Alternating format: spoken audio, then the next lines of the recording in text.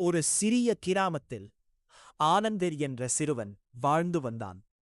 அவன் மிகவும் அமைதியானவனும் உதவி மனப்பான்மை கொண்டவனும். ஆனால் அவனுக்கு ஒரு பழக்கம் இருந்தது, எதையும் உடனே கைவிடும் பழக்கம். ஒருநாள் அவன் வீட்டின் பின்னால் ஒரு சிறிய மாமர விதையை நட்டான். இது பெரிய மரமாக வளருமா என்று அவன் அம்மாவிடம் கேட்டான். அம்மா புன்னகையுடன், நீ தினமும் அன்புடன் தண்ணீர் ஊற்றி பார்த்து கொண்டால் நிச்சயம் வளரும் என்றார். முதல் 2 நாட்கள் ஆனந்த் மகிழ்ச்சியுடன் தண்ணீர் ஊற்றினான். ஆனால் சில நாட்களில் மாற்றமே தெரியவில்லை. இது வளரவே இல்லை என்று மனம் உடைந்து விட்டான். தண்ணீர் ஊற்றுவதை நிறுத்திவிட்டான். அந்த மாலை அவன் தாத்தா அவனை அழைத்தார். கண்ணா, நல்ல விஷயங்கள் எல்லாம் மெதுவாகத்தான் வளர்கின்றன. மரம் போலவே மனிதர்களின் கனவும் நல்ல பண்பும் பொறுமையால்தான் வளர்கின்றது என்றார்.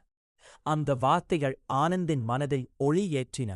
மறுநாள் முதல் அவன் மீண்டும் தினமும் தண்ணீர் ஊற்றத் தொடங்கினான். வாரங்கள் கடந்தன. ஒரு நாள் சிறிய பச்சை முளை மண்ணை உடைத்து வெளியில் வந்தது. ஆனந்த் மகிழ்ச்சியில் குறித்தான். அம்மா, இது வளர ஆரம்பிச்சுடுச்சு என்று மகிழ்ச்சியுடன் கூவினான். ஆண்டுகள் கடந்தன. அந்தச் சிறிய விதை பெரிய மாமரமாக வளர்ந்தது. கிராமம் முழுவதும் அதன் நிழலில் ஓய்வெடுத்தனர். அப்போது ஆனந்த் புரிந்து கொண்டான், பொறுமையும் அன்பும் இருந்தால் சிறிய விதையும் பெரிய மரமாக வளரும். கதையின் நெறி: வாழ்க்கையில் நல்ல விஷயங்கள் எல்லாம் நேரம் எடுத்துக்கொள்ளும்.